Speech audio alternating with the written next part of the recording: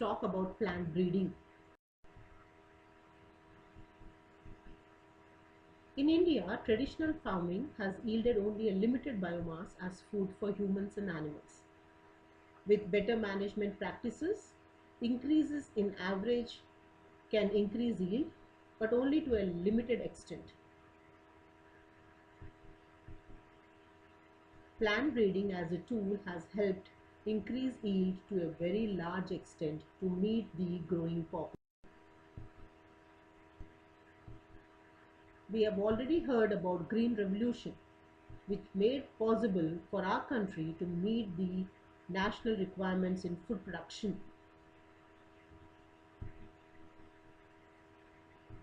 Norman Borlaug, father of Green Revolution, he has changed the world in enhancement of food production. Green Revolution, as the name suggests, depends on large extent on plant breeding. Now let's talk about what is plant breeding. It is the purposeful manipulation of plant species so that we increase to create desired plant types that are suited for cultivation, giving better yields and are disease resistant. So what is plant breeding? It is nothing but a manipulation of plant species to create desired plants which are better suited to environment, cultivation, yields and disease resistant. Conventional plant breeding, which was practiced for thousands of years, record evidence of plant breeding dates back to 11,000 years.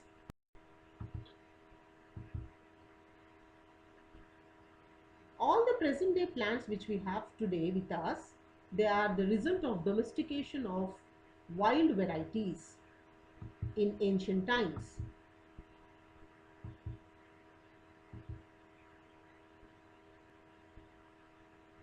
Classical plant breeding involves crossing or hybridization of pure lines, which follows artificial selection to produce plants with desirable traits of higher yield, nutrition and disease resistant.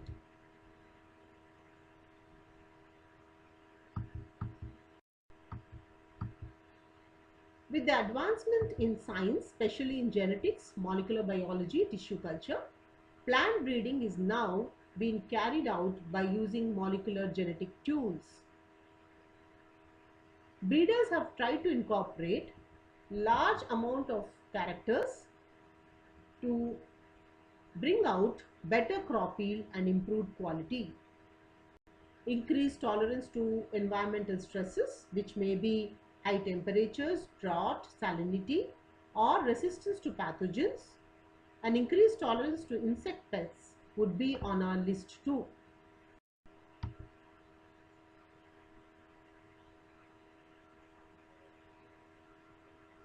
Plant breeding programs are carried out in a very systematic manner in all government institutions and commercial companies to meet the growing needs of the population. The main steps in breeding to have a new genetic variety of a crop are: first, collection of the variability; second, evaluation and selection of parents; third, cross hybridization among the selected parents; fourth, selection and testing of superior recombinants; fifth, testing, release and commercialization of new cultivars. Now if we go stepwise, what is meant by collection of variability? Variability is the root of any breeding program, that is genetic variability.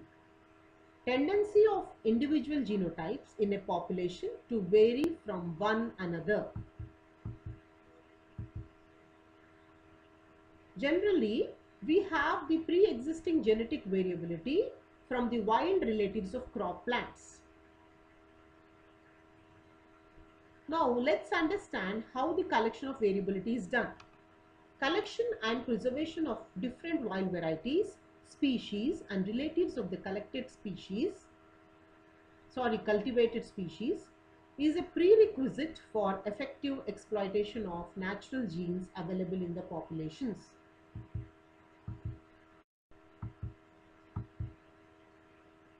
With this, we can define what is meant by germplasm collection. It is nothing but the entire collection of plants or seeds having all the diverse alleles for all genes in a given crop. After the collection of variability, the second step is evaluation and selection of the parents from the collected variety.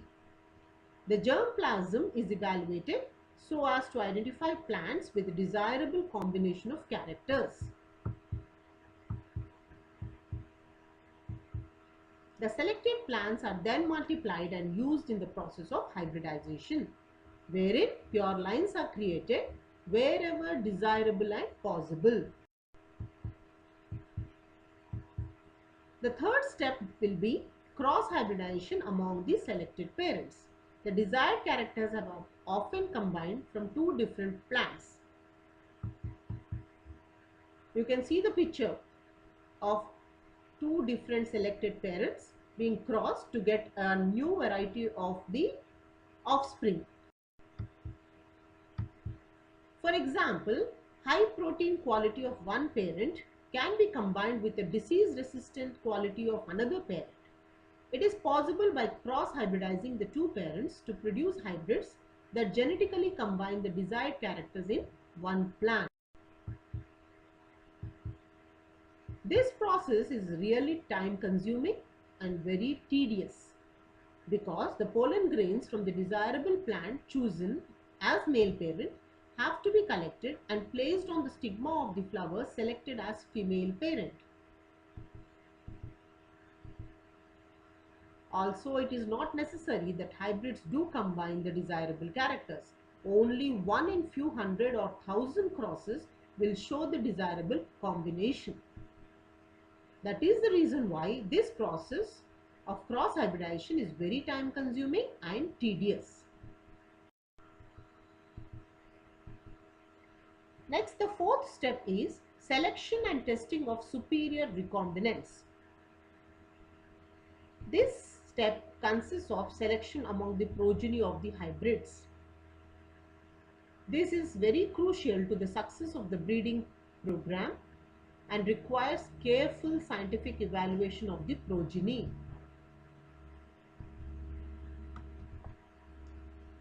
This step yields plants which are superior to both the parents, which we have taken during cross hybridization. And these plants are self-pollinated for several generations till they reach a state of homozygosity, so the characters will not segregate in the progeny. The last step is testing, release and commercialization of new cultivars. The newly selected lines are evaluated for their yield and other agronomic traits of quality, disease resistance.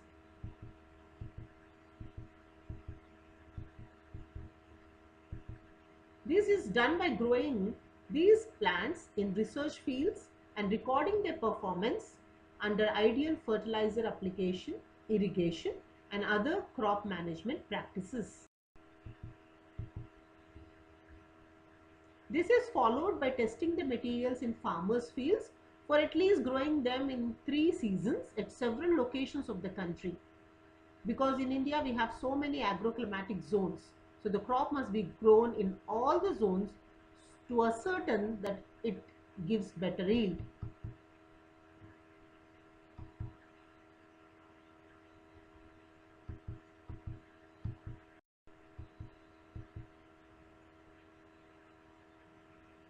India is mainly an agricultural country. Agriculture accounts for approximately 33% of India's gross domestic product, and it employs nearly 62% of the population.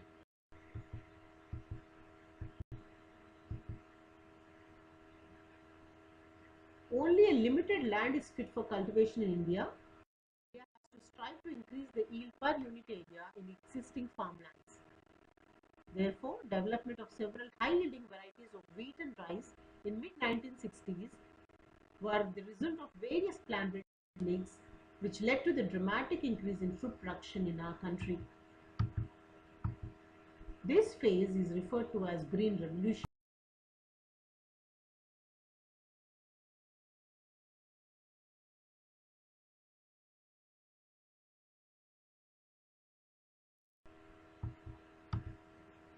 Following are some of the Indian hybrid cross high yielding varieties. You can see in the pictures the wheat, maize and garden pea varieties which are high yielding.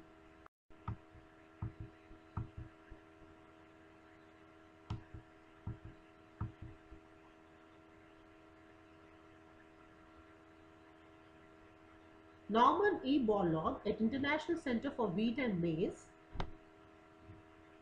Improvement in Mexico developed semi-dwarf varieties.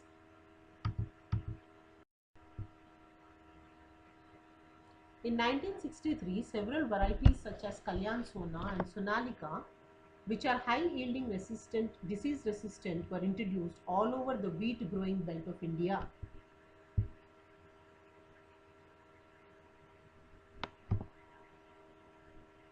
There were varieties which were brought to India and modified through gamma mutations like Sonara 64 and Roja 64.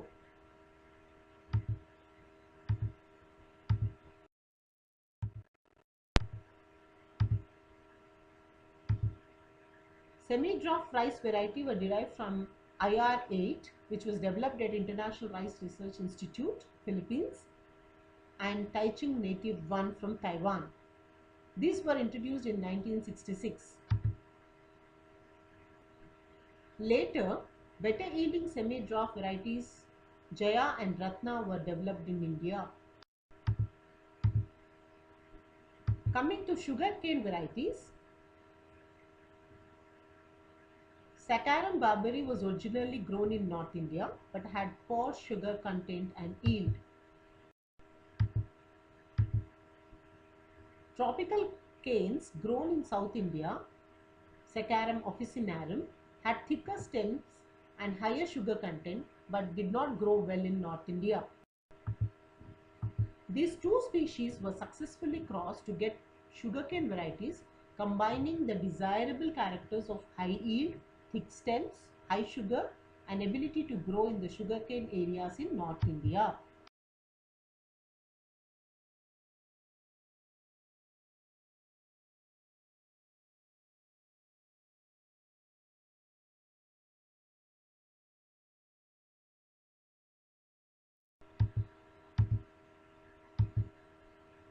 Coming to millets, hybrid maize, bajra, jawar have been successfully developed in India.